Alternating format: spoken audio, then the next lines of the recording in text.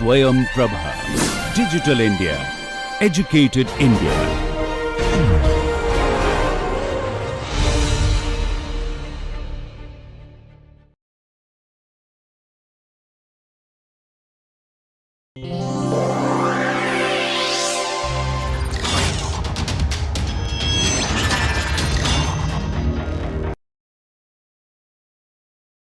In the last class, we had talked about how to get the specific impulse for a rocket motor assuming a simple one-dimensional steady flow nozzle theory.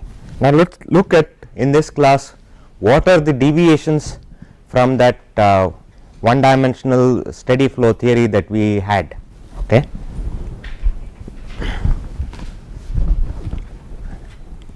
Now, if you look at what we had assumed, we had assumed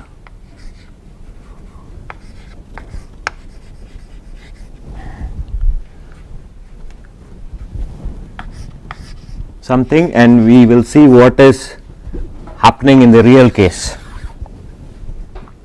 Okay. Firstly, we had assumed that the flow was one-dimensional flow, right? So,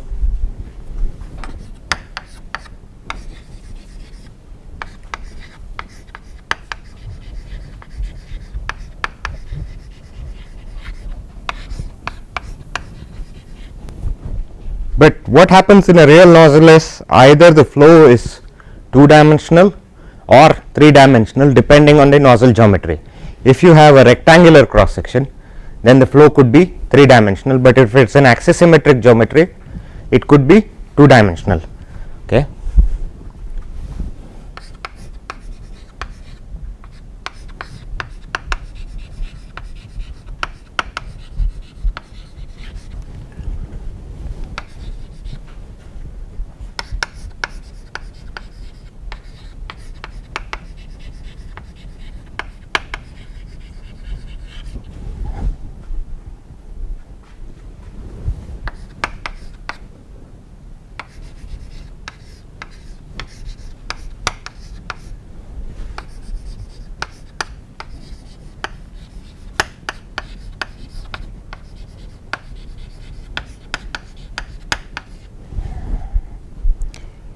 What does this lead to? If the flow is two-dimensional or three-dimensional, how is it going to how is it going to be different from what we had derived in class? What is going to change? Huh?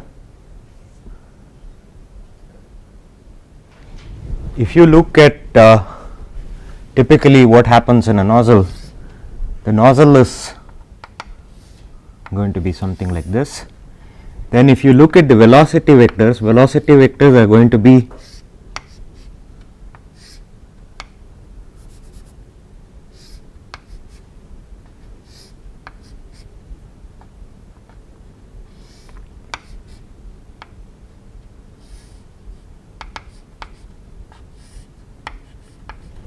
right.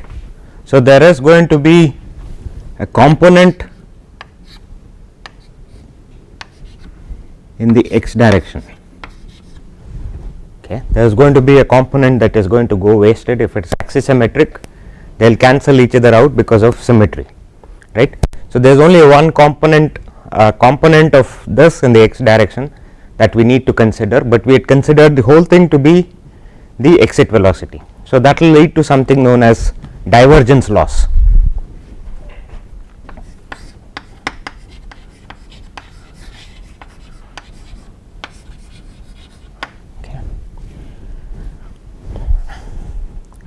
Now, the second assumption that we had made was that the flow was isentropic.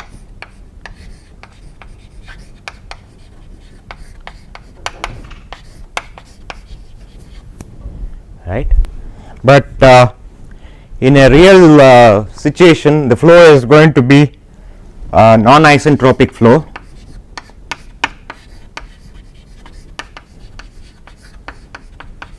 Isentropic is reversible adiabatic. It will not even be adiabatic. because there is going to be heat loss to the walls.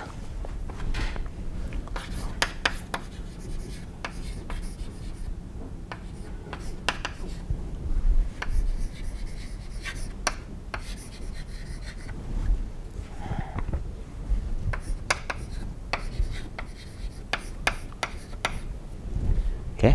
And because there is a boundary layer that is there, the effects of the boundary layer will make the flow again non-isentropic, and jet separation and shocks are something that are going to make it again non-isentropic.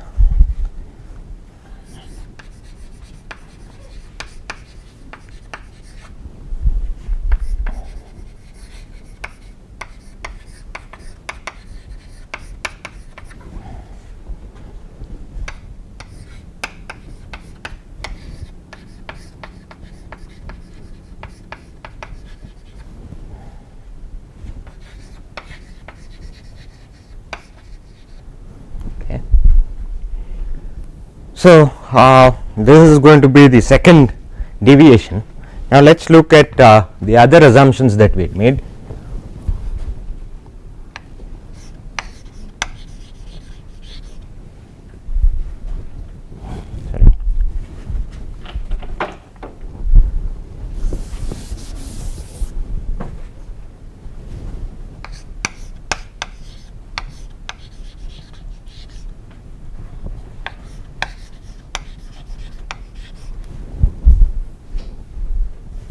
Now, we had made this assumption saying it is an ideal gas.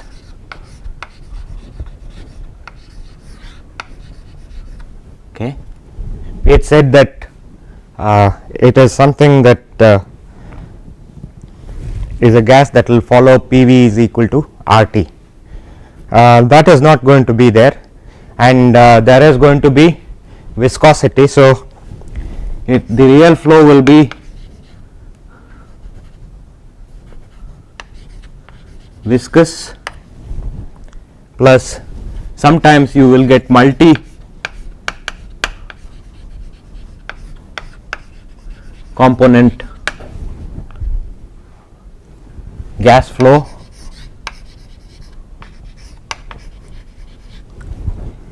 and sometimes in solid rockets, especially with the composite propellant wherein it is aluminized, you will get something like a two-phase flow also at times.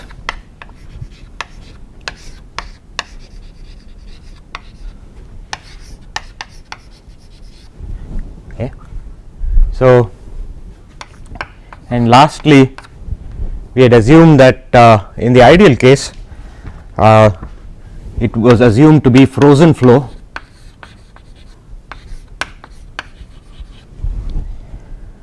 with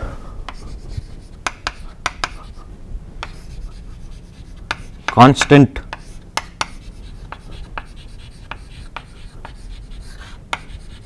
thermodynamic properties.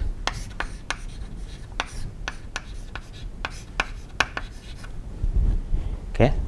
Whereas in the real case there will be chemical reactions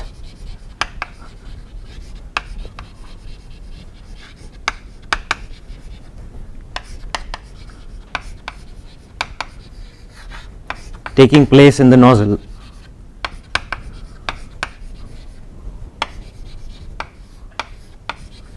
Okay. And therefore, the properties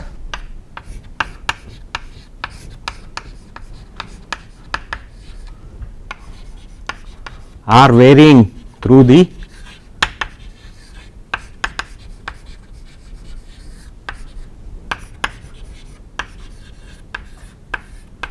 nozzle. Okay.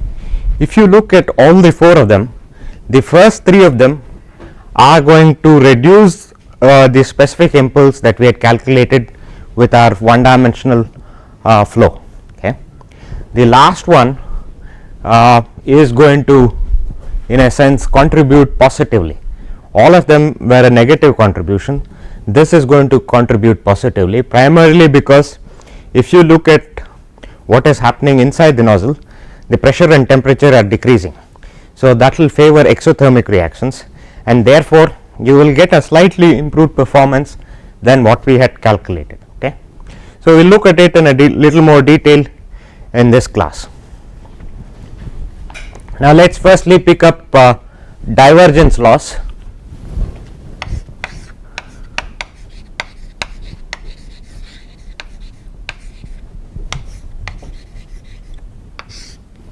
Okay. Now, we are going to make an assumption saying that the nozzle flow is optimally expanded, but that need not be the case. For this derivation is still valid even if the nozzle flow is not ideally expanded or optimally expanded, primarily because we can take out one term. So, if we assume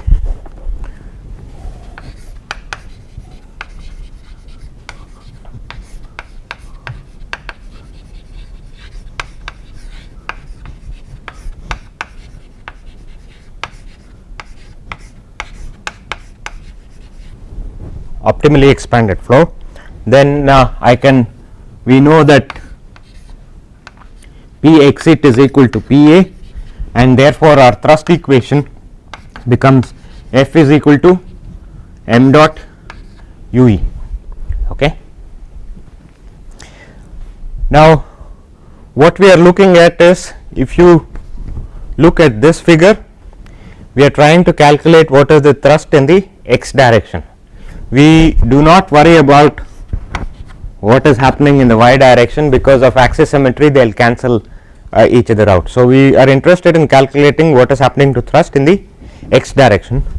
So, if we take the sum of all the forces in the x direction, I can write this as integral over the cross sectional area rho into u dot into n, where n is a unit vector,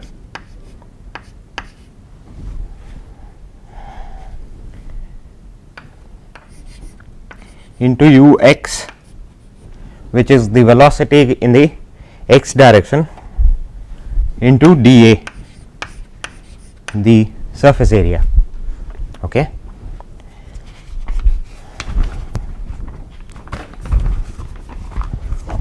Now, we will get into a little bit of trigonometry and try and derive this, but before we go there,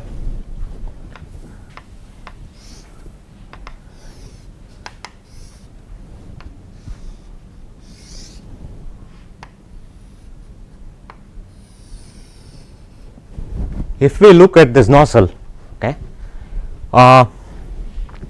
we could look at the flow that is coming out through this nozzle as something that is coming out from a point source somewhere here, right, coming out from a point source at some this thing, and we are only interested in that cone that is seen here. Okay.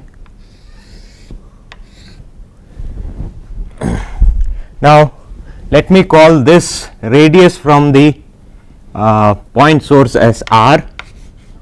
Okay. Then this half angle that we are looking at, let me call it as alpha. Fine. Then we need to integrate this equation. So, we need to determine what is this dA. Okay. To do that, this is UE, which will have a component in the y direction and in the x direction.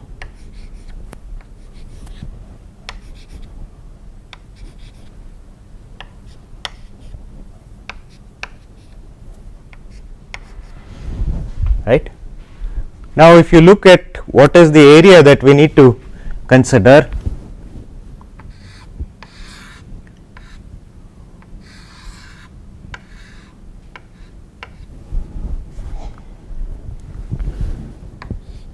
let this angle be phi, and we are interested in this small elemental area d phi. Now, if you look at it from the other direction, you will get something like this.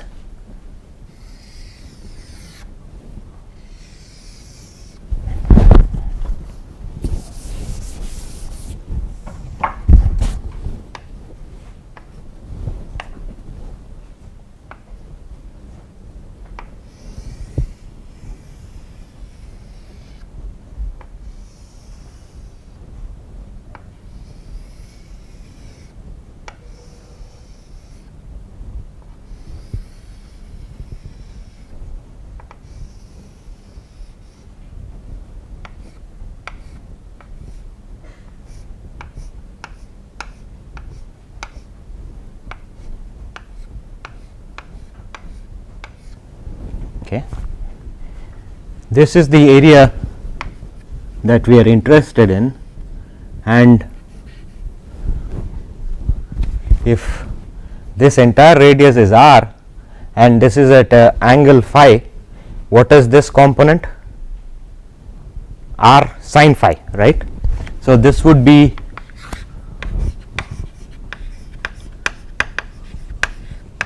r sin phi, okay, and this elemental area would be dA, fine. So, now dA would be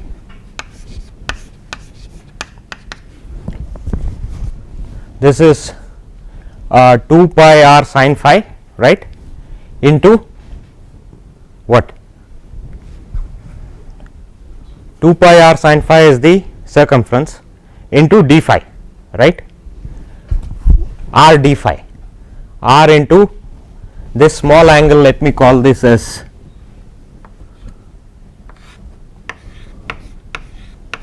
d phi, okay. So, it will be 2 pi r sin phi, that is the circumference, into this area, that is nothing but r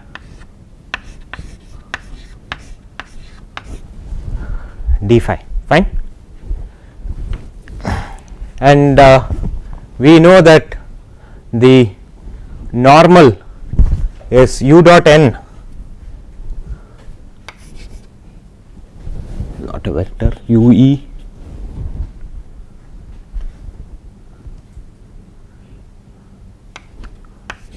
u dot n is what we are looking for. This is nothing but u e, right, and the component in the x direction, what is that going to be? Sorry, this is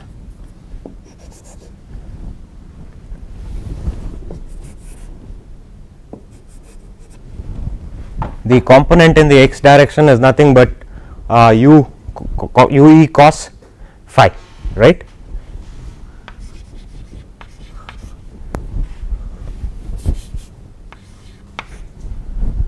So, sorry, u dot n is u e, u x is u e cos phi, right. And what we need to do is integrate this. So, let us do that. F x is equal to integral 0 to alpha u, this u dot n becomes u e, and u x is nothing but u e cos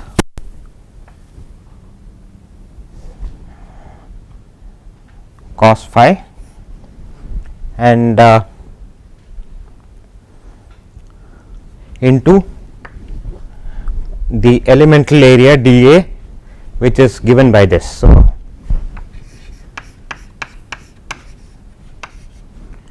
two pi r square sin phi d phi. So, we will get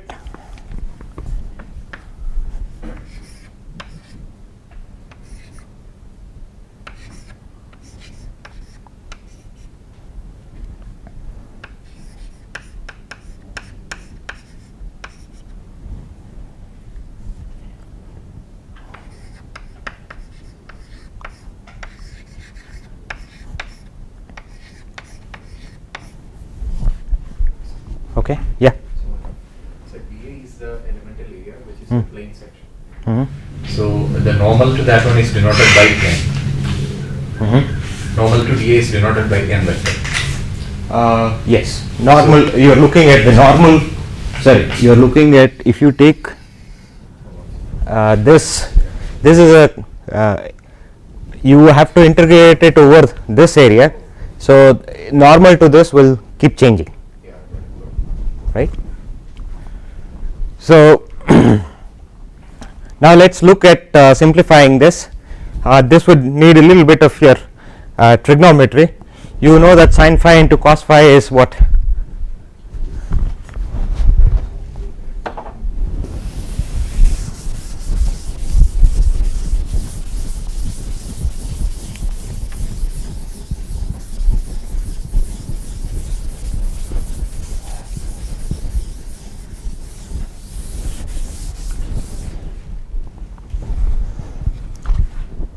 So sin phi into cos phi, we will get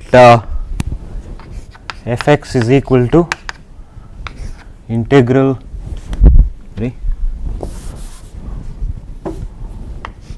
rho ue square 2 pi r square into integral 0 to alpha. Okay. Sin phi into cos phi is sin 2 phi. So sin 2 phi by 2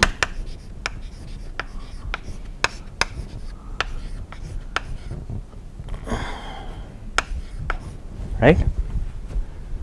So now if we integrate this, what do you get? Minus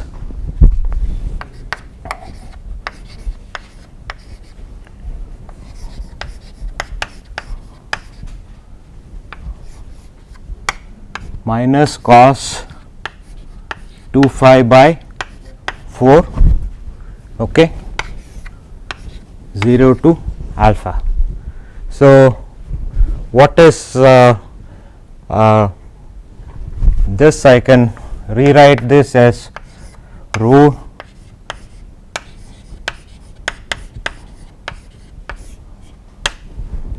right. First term will be minus cos 2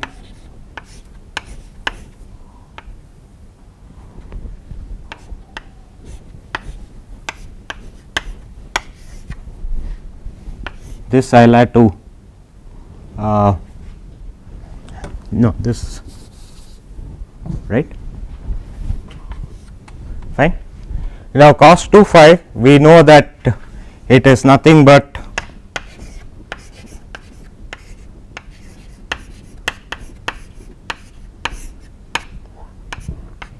minus cos square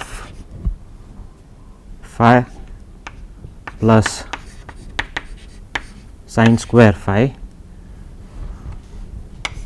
plus 1 divided by 4. Fine. We would like to retain it in terms of cos phi. I will come to why we are doing that in a little moment. So sin square phi, I can write it 1 minus cos square phi. So I will get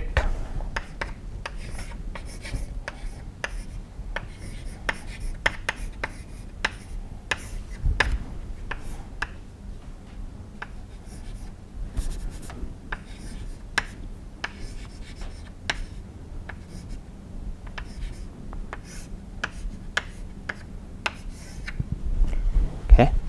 This is nothing but I can take out 2 as a common factor. So I will get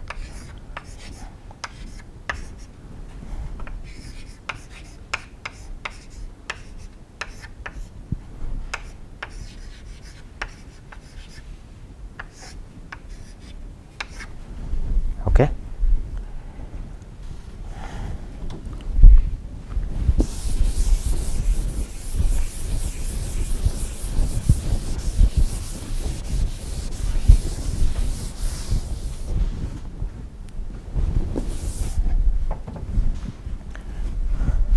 Now if you see here, we have a term in terms of r which we would not know. We would want to eliminate this.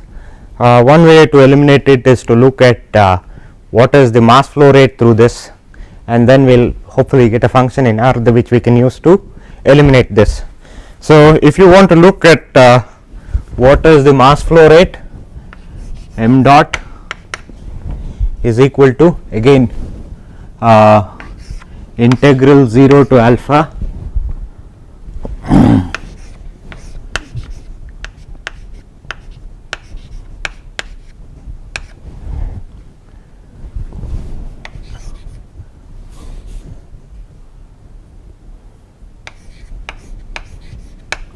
dA, right. Now, dA we know is nothing but 2 pi r square sin phi d phi. So, we will use that.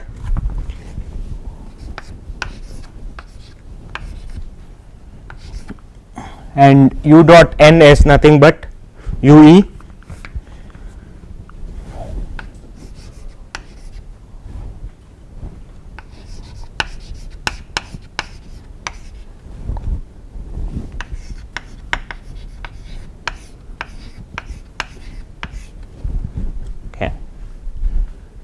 So, we will get, if we integrate this, rho e 2 pi r square integral of sin phi d phi 0 to alpha. So, this would be minus cos phi, right, and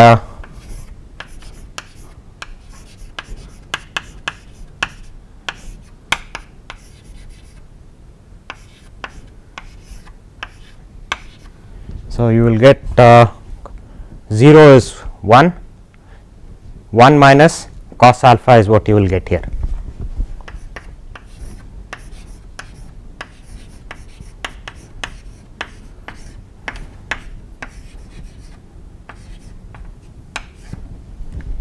Okay. So, we have got two terms here, one is the thrust and one is the mass flow rate. Mass flow rate, if you can see, I have put it as a function of cos, which is why I wanted to retain this in terms of cos. Now, if you look at this, I can club these two and write my thrust in the x direction as f x is equal to you will have a u e term and 2 pi r square will go away. So, you will get m dot u e 1 plus. Okay. Now, if you remember, what we started with was f is equal to m dot u e. So, we have now got a multiplication of 1 plus cos alpha by 2. This term is also denoted as lambda.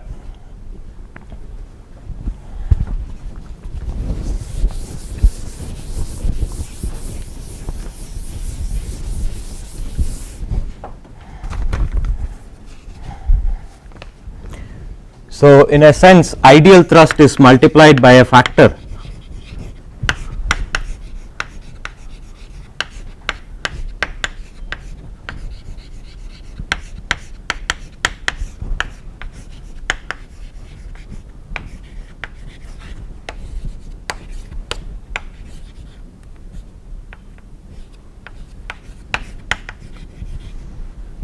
lambda, where lambda is equal to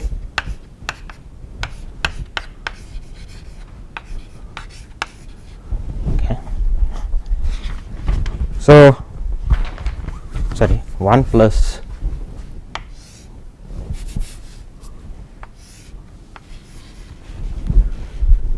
so what is the maximum value of lambda we can have?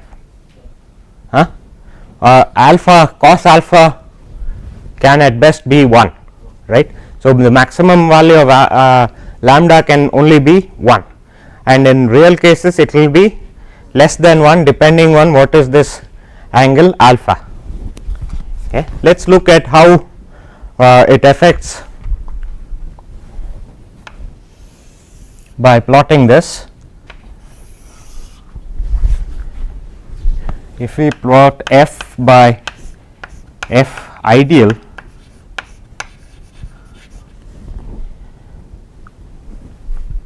versus alpha,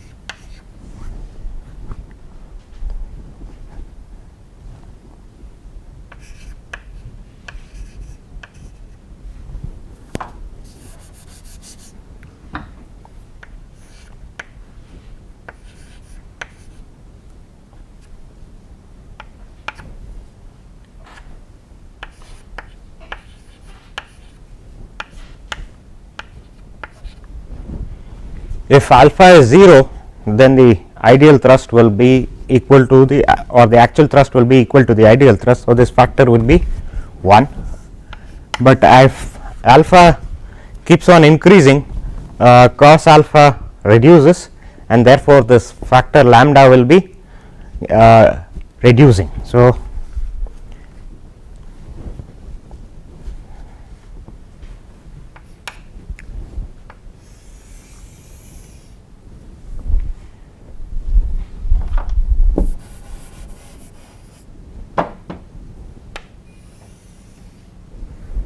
this is how the graph looks like, and you see that typically we tend to use something like a 15-degree alpha conical nozzle in the subsonic portion.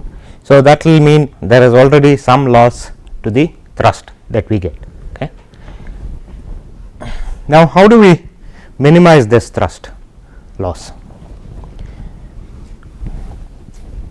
One way to look at it is make this angle, exit angle, very small, right. If we make this exit angle alpha small, or 0 is impossible, right. 0 would mean that you cannot have a supersonic portion at all. So, you need to have this angle as very small as possible. Now, if this angle is very small, then you need a very large length to get to the exit area that you want, right, which is also not going to work out, because if you have a very long length, then your vehicle length will increase, and therefore, that is again a problem. So, how do we do this is something that was thought about long back, and people came up with a concept known as bell nozzle.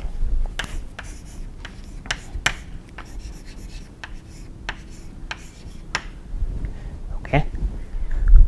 Now, if you look at this figure, what we are saying is you will get a component only in the x direction, right. If somehow we were to make the flow as parallel to the x axis as possible at the exit, then we will be able to recover a larger fraction of the ideal thrust, right. Then we will be able to restrict our loss to a smaller value, right. That is what is the idea of a bell nozzle.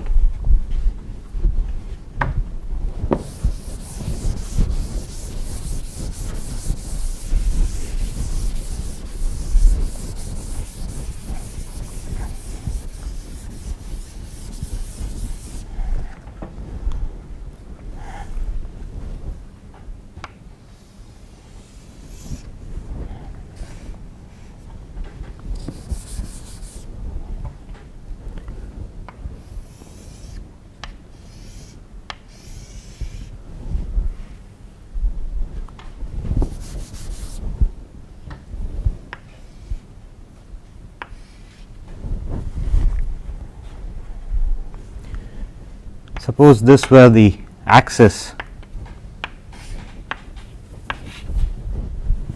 then you could have a nozzle like this instead of the conical nozzle which would have been something like this. So, you see that if you want to get to the same exit area, your length of the conical nozzle will be much longer, and if you have a bell nozzle, you will shorten it. Essentially what is done in the bell nozzle is we increase the angle after the throat, right. We make the flow go through turn through a very large angle after the throat, and then make it go as parallel to the x axis as possible. Okay. So, there are two angles here that we would be interested in, that is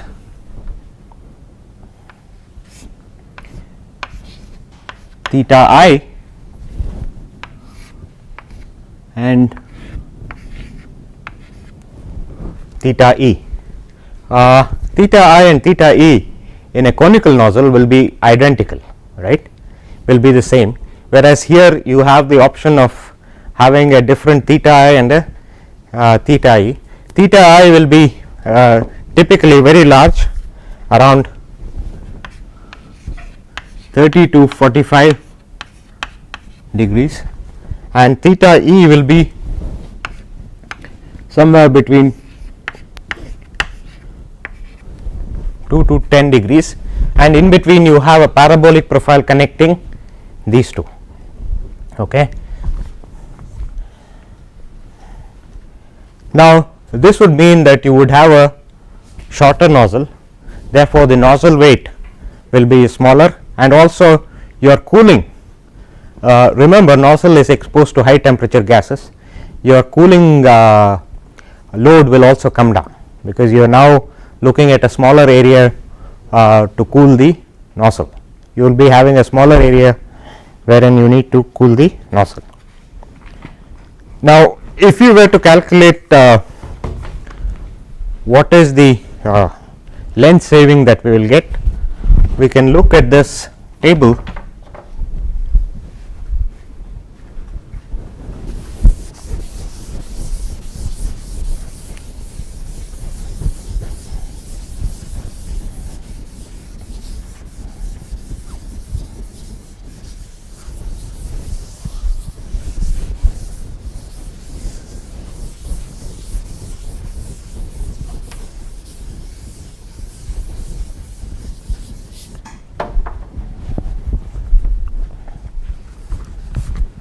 Let us say we have a conical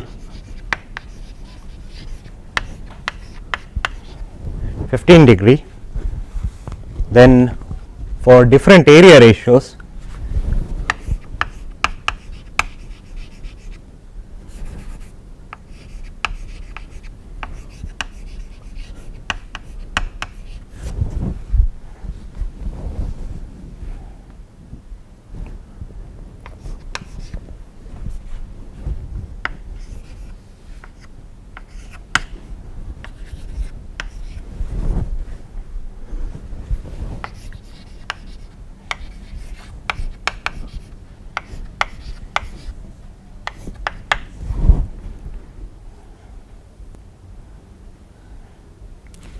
what is the length that we are going to get. This would be something like 8.07. This is normalized with respect to the throat radius. Okay. So, you will have a non-dimensional number here, it does not depend on what is the throat radius, you can multiply it by the throat radius and get this value.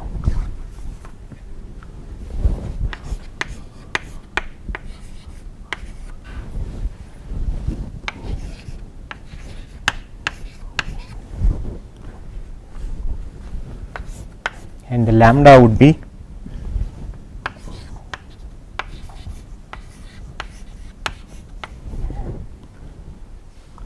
9.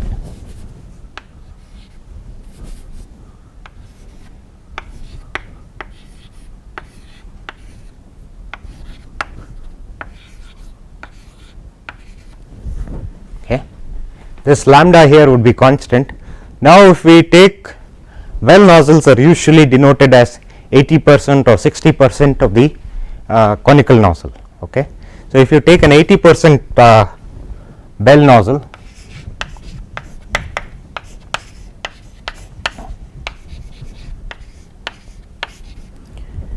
then the length would be 80% of the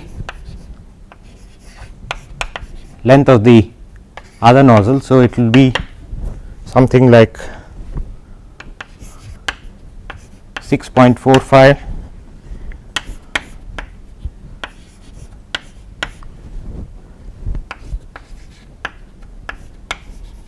okay, and the lambda would be depending on what is the theta I to theta E. Okay.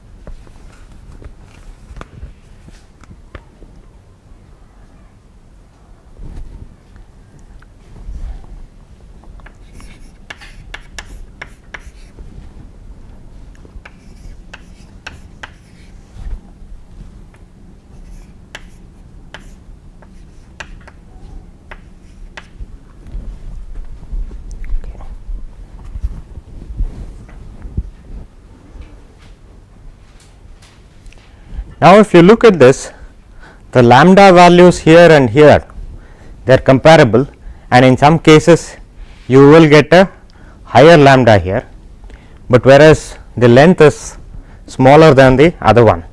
So, in a sense you have saved quite a bit on the length, which means you will have a reduced nozzle weight.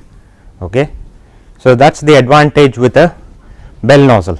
Bell nozzles are typically used only in the upper stages and not in the lower stages. We will come to why that is so in a little time. If you look at the ideal thrust to the actual thrust,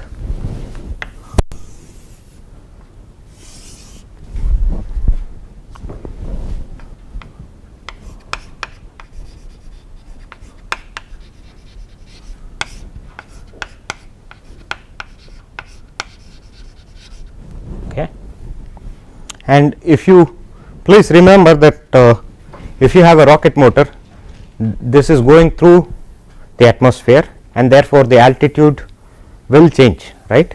So, depending on what is the altitude,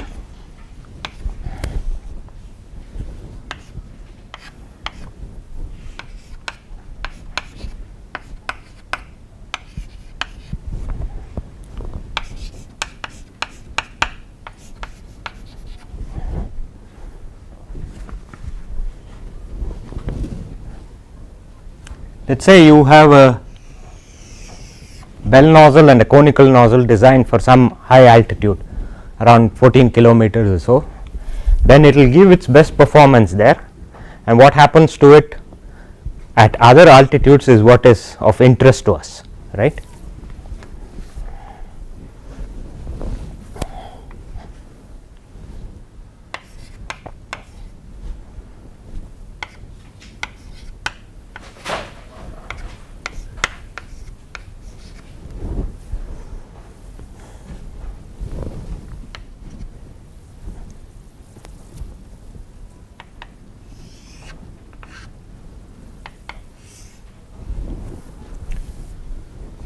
This is how a conical nozzle will be, and a bell nozzle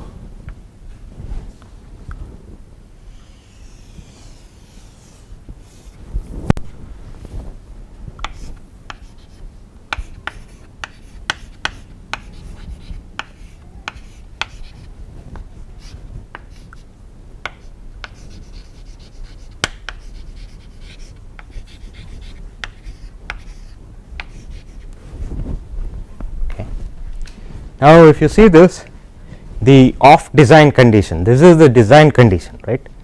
Off design condition is poor for the bell nozzle at lower altitudes. If it is designed for a higher altitude and if you use it at a lower altitude, the off design condition for a bell nozzle is poor compared to a conical nozzle. So, which is why we would typically not want to use a bell nozzle at lower altitudes. Also, if you look at the rocket motors that are typically used in the lower altitudes, these are usually solid motors, and the pressure in the combustion chamber not very large, this is around 70 or something, and you can expand it only to around 1 atmosphere or so. So, what you would do is you would have a conical nozzle, whereas if you look at high altitude motors, they can expand to vacuum, near vacuum conditions. So, there you would need a very large area ratio nozzle. Okay. So, there you will try to use a bell nozzle, and at lower altitudes you will use a conical nozzle. We will look at a little more in detail about why this happens in the next class.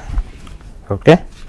But this is about the first component, that is the difference between real and ideal conditions that we had assumed.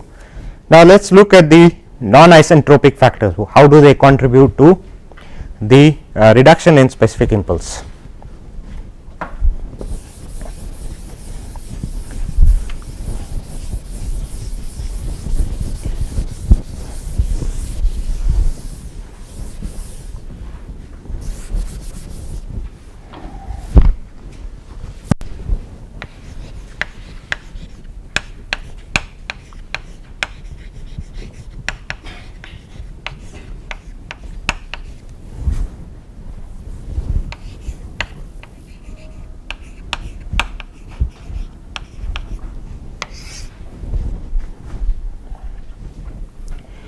Typically, this comes in because of boundary layer effects. Okay. So, because of the boundary layer and heat loss,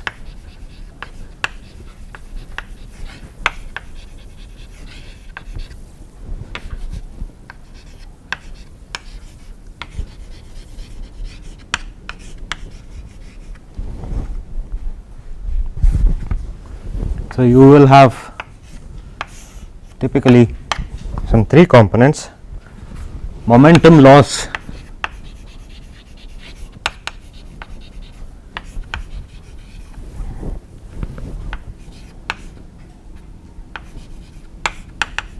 due to friction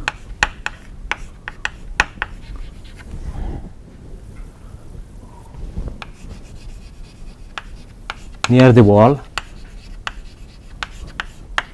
The flow needs to go to rest at the wall, and therefore, you will have a boundary layer in which you will lose some momentum because of the friction. Okay. Then you will have, if you look at a nozzle, if there is a boundary layer, then you could also assume it as something wherein the flow is displaced by a certain margin, right. So, that will reduce the mass flow. So, constriction of the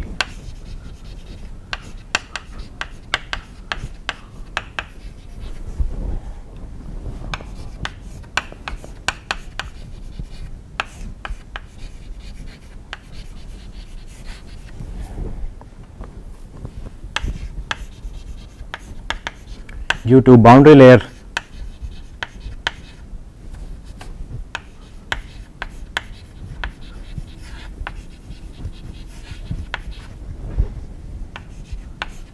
displacement thickness,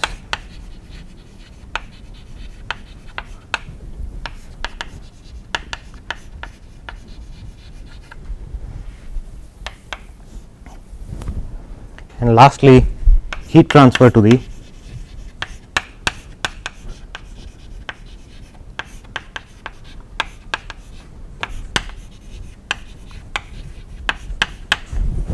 wall. If you look at these 3, this will be very small, right. This is not a significant component, and this will be the highest component.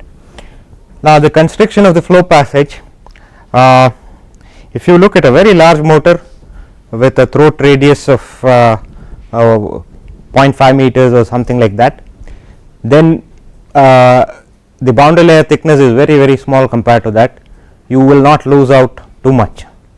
But in a very small motors, this can be of significance.